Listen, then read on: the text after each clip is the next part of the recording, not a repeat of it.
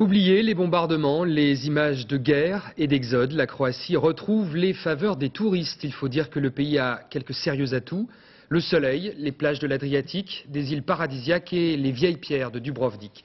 Reportage en Croatie, Jérôme Boni, Frédéric Pasquette.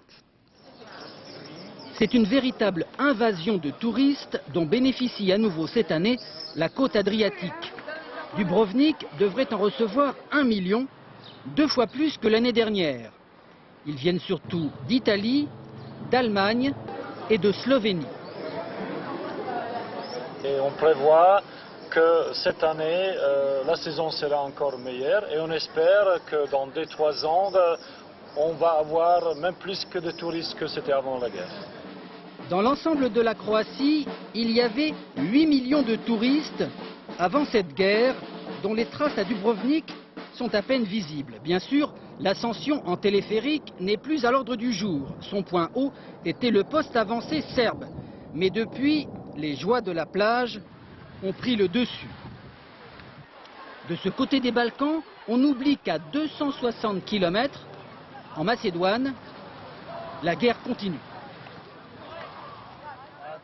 Je crois que ça inquiète ma mère plus que moi.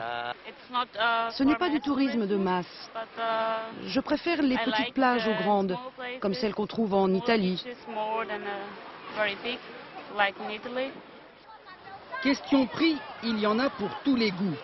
De l'hôtel de luxe, 1000 francs la nuit, à la chambre chez l'habitante, qui attire la plupart des jeunes et coûte 10 fois moins, 100 francs par personne.